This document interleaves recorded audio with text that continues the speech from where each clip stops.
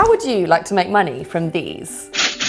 It's been recently announced that the UK government are going to launch a deposit return scheme for single-use cans and bottles in a bid to reduce waste and boost recycling. But what actually is a deposit return scheme and how does it work? Basically, deposit return schemes are a way of collecting empty products to be recycled. So if you bought a bottle of drink for £1, then you would pay an extra 10p as a deposit for the bottle. And when you return the bottle to be recycled, you'll get that 10p back. Globally, we get through about 1 million plastic bottles every minute, which is loads, literally loads.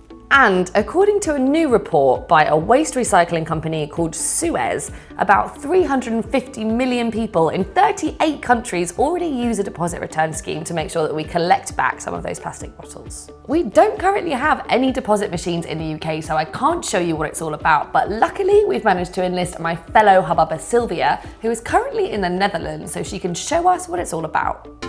Hi, I'm Silvia, Sarah's colleague at Hubbub. I'm in the Netherlands for the weekend and Sarah asked me to show you guys how we recycle bottles in the Netherlands. So here I am with my bottle at the supermarket. Every bigger supermarket is obligated to have a bottle deposit machine in shop. So let me show you how it works.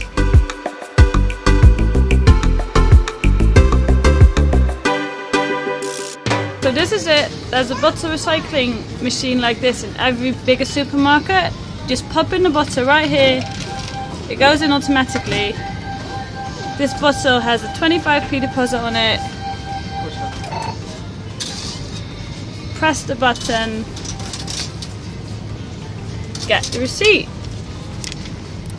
This receipt gets me 25p off of my next shop. If I go to the Casa, I can just get it back.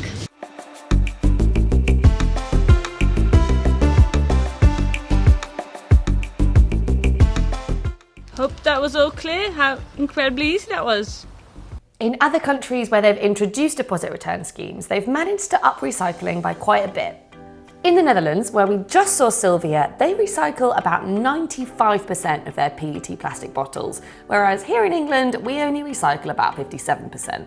If you don't know, PET plastic is what most soft drinks bottles are made from, and they're one of the most valuable plastics, which is why a lot of deposit return schemes will target them.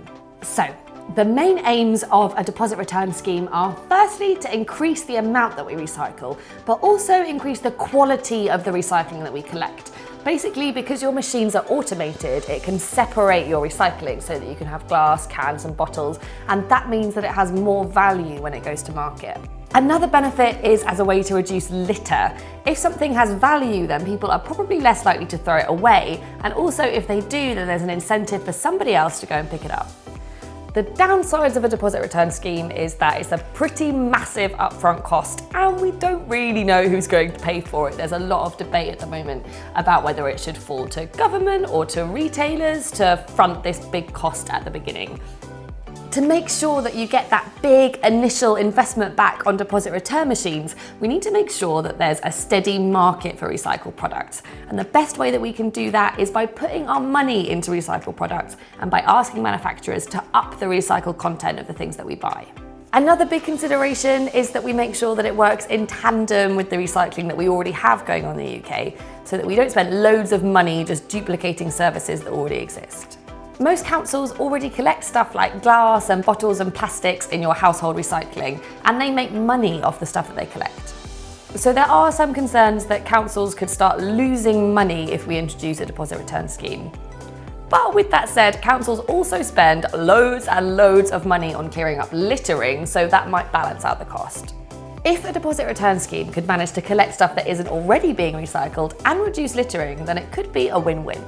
This also draws into question where we should be putting deposit return machines, because if we want to collect on-the-go recycling that isn't already being collected, then the best place to put them would probably be busy high streets or shops, but space in these places tends to be quite limited. The other thing people are talking about is whether we put them in big out-of-town superstores so that you can drive there with your recycling, but we don't really know what the best thing to do is. If you think that you want this in your area or you know a perfect place for it, then let us know in the comments. But at the moment, a lot of this is speculation. Without a little bit more data and some more trials, we don't really know how it's going to work in practice. A scheme like this, when it's done properly, can have an amazing effect on our behaviours. Just think about the 5p charge on plastic bags and now how it's almost second nature to take a bag with you to the supermarket. And that happened overnight.